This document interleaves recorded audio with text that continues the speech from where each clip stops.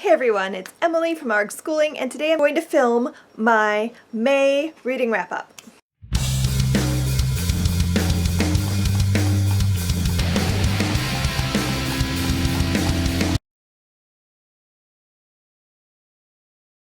In the month of May, I read a total of 6 books. I'm just going to get right into what I read. So the first book I read was an ebook. I read it on my Kindle. I don't have a physical copy to show you, and that was Dr. Sleep by Stephen King. It was okay. I enjoyed it. It was not as good as The Shining. I mean, what is? And so it was okay. I enjoyed getting to see what happened to Danny Torrance as an adult. It was a little disheartening to know that he became his father, basically. I mean, not so much the abusiveness. He doesn't have children, but he became an alcoholic, and the book is basically, this isn't really a spoiler, but it's basically his road to getting sober. I found it okay. It was good. It was interesting.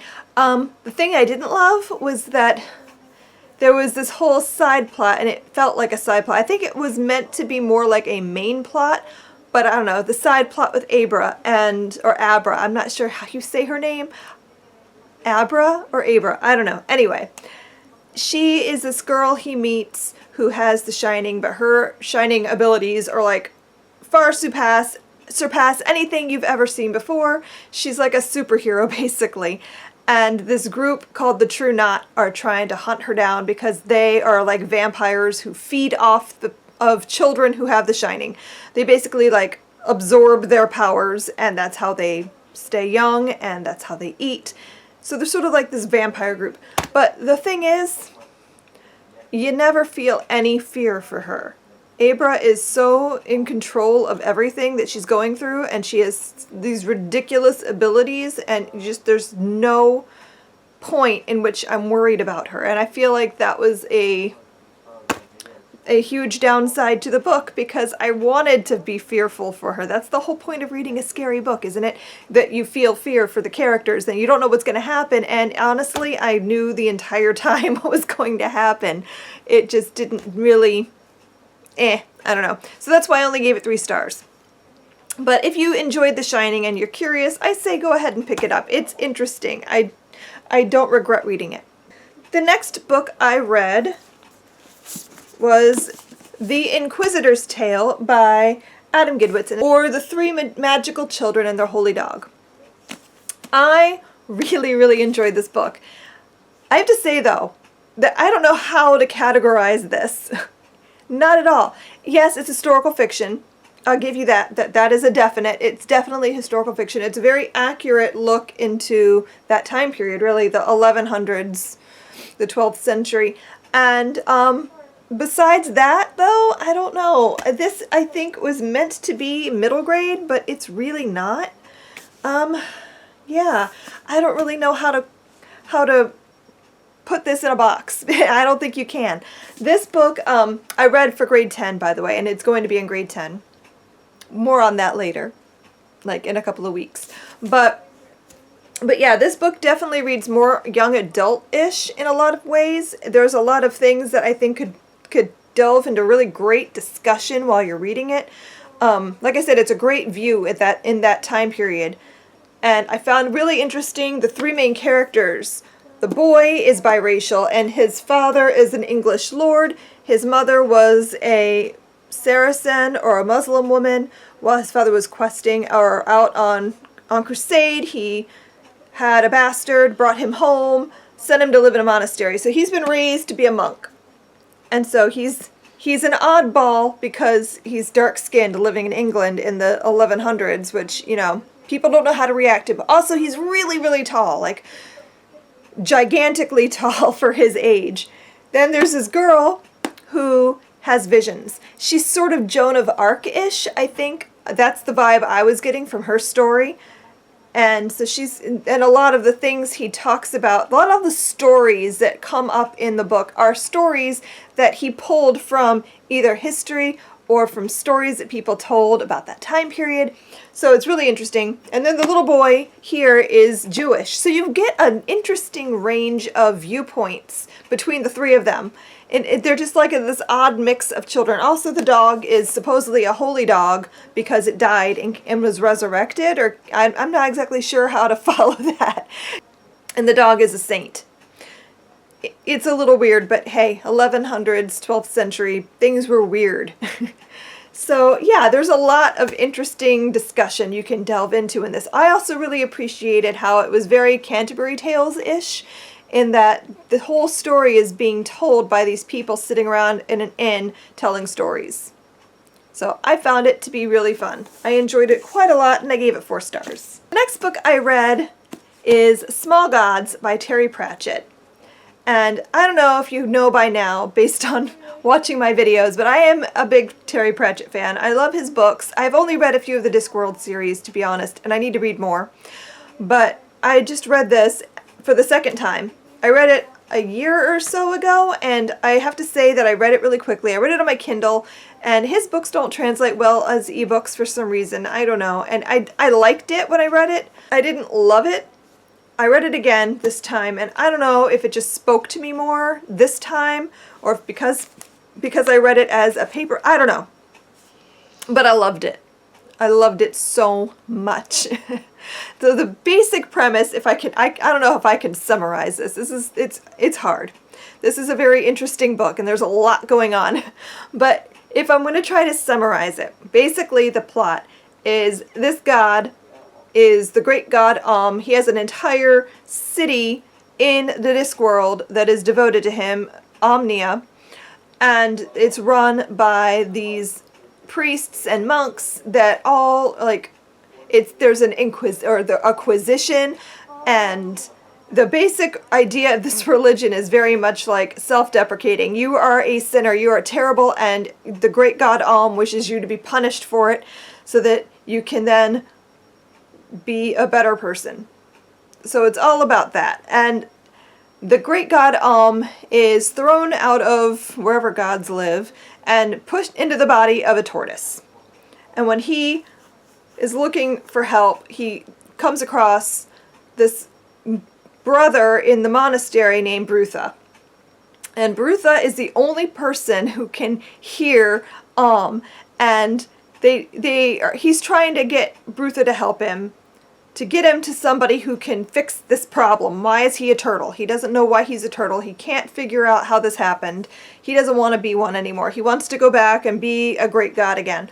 But the only person he can communicate with is Brutha, who is a simple-minded monk. And Brutha has this amazing ability that he remembers everything. And when I say he remembers everything, I mean literally everything. He could walk into a room, look around quickly, leave the room, and tell you every single object that was in the room, like everything. So he's got this phenomenal memory, and this book, you guys, basically what happens, the idea in this book is Brutha realizing that everything he has ever believed is false. All the things he thinks he knows about this religion that he has devoted his life to isn't true. And he has to kind of deal with that. And this great god that he believes in, that is supposed to know everything and do all these amazing things, is this little turtle who has no idea what's going on, has no memory of ever saying any of the things that's in their holy book, and it's just like, this is all absurd. What are you talking about? I just need to get out of this body. It's wonderful. I loved this book so much. There's a lot of other stuff going on. There's Vorbis, who is the Inquisitor, I don't know how you, and he is the leader of the Omnians, and he's trying to capture another city and bring it under his thumb, and they're not having it. And there's a whole thing with philosophers and the uprising, the revolt of the people that believe that the world is flat and on the back of a turtle. And yeah, oh God, this book, you guys, it's so good. If you've never read Terry Pratchett, oh my God, go pick up a book. You have to read his books. They are so good. This book is amazing. I recommend it to everyone. Must read. The next book I read was the book for our Read Like a Mom book club for the month of May, and that was In Order to Live by Yeonmi Park. I don't know how to rate this.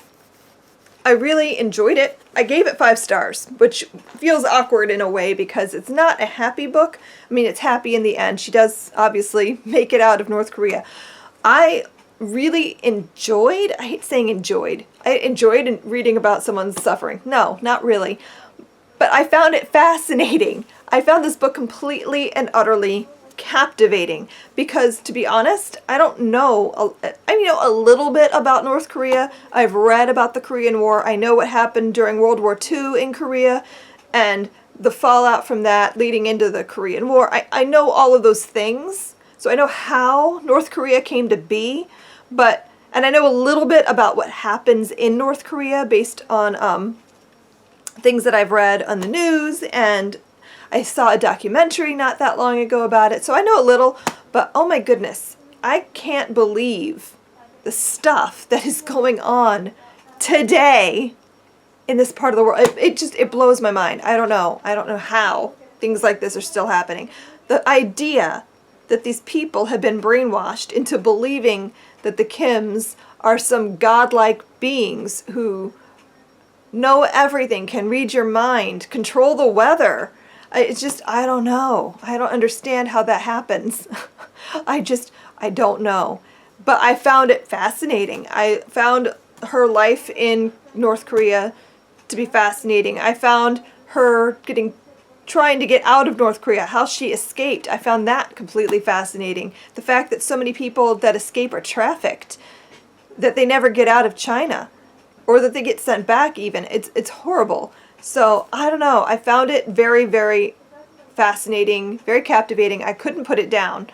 I highly recommend everyone read it. I think everyone should read it because like I said, I couldn't believe the things I was reading, that people are experiencing this now. Like, it's one thing to read about something tragic or awful happening in history, but to know that it's happening literally right now, within the time that I have been alive. I can't understand that. So I recommend everyone read that book. And then finally, I have 2 more books to show you. I read Zoe and Sassafras, Mer Horses and Bubbles with my 8-year-old by Asia Citro. I love this series. It's really sweet. They're quick reads. They're all about a little girl and her cat, and they use science to rescue magical creatures and help them. And we enjoyed this immensely. This one's about mer horses, obviously, and her stream in her backyard, or not backyard, but on their land.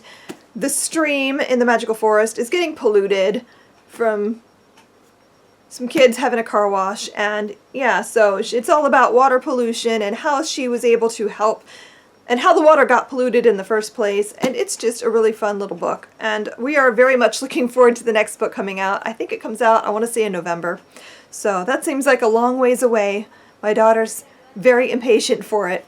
So yeah, we are loving it though. These books are fantastic for early readers, for children who are ready for chapter books but are maybe still a little bit intimidated. There's a lot of pictures in the text. They're similar in style to the Magic Treehouse books that way, but the writing is better.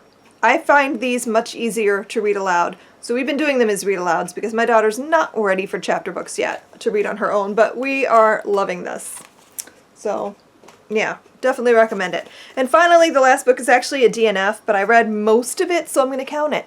And that is Blood Red Horse by K.M. Grant. This is the first book in a trilogy called the de Granville trilogy. I don't know. I picked this up because I was thinking about it fitting somewhere in grade 10, but it really didn't. I don't know why I didn't like this. It's historical fiction about the Crusades, but I just, I don't know. I don't know if it's because it's a trilogy, so that there was a slower build to learning about the characters, but I just found that I didn't care about anybody in this book. There are like 3 main characters, and I don't care about any of them. And the horse is like almost a main character on his own. And like, I was never one of those kids who was into horses. So for me, that was just like, why do I need to hear so much about the horse? It was just like, I don't know, not working for me. So I had heard good things, so I was expecting it to be a lot better.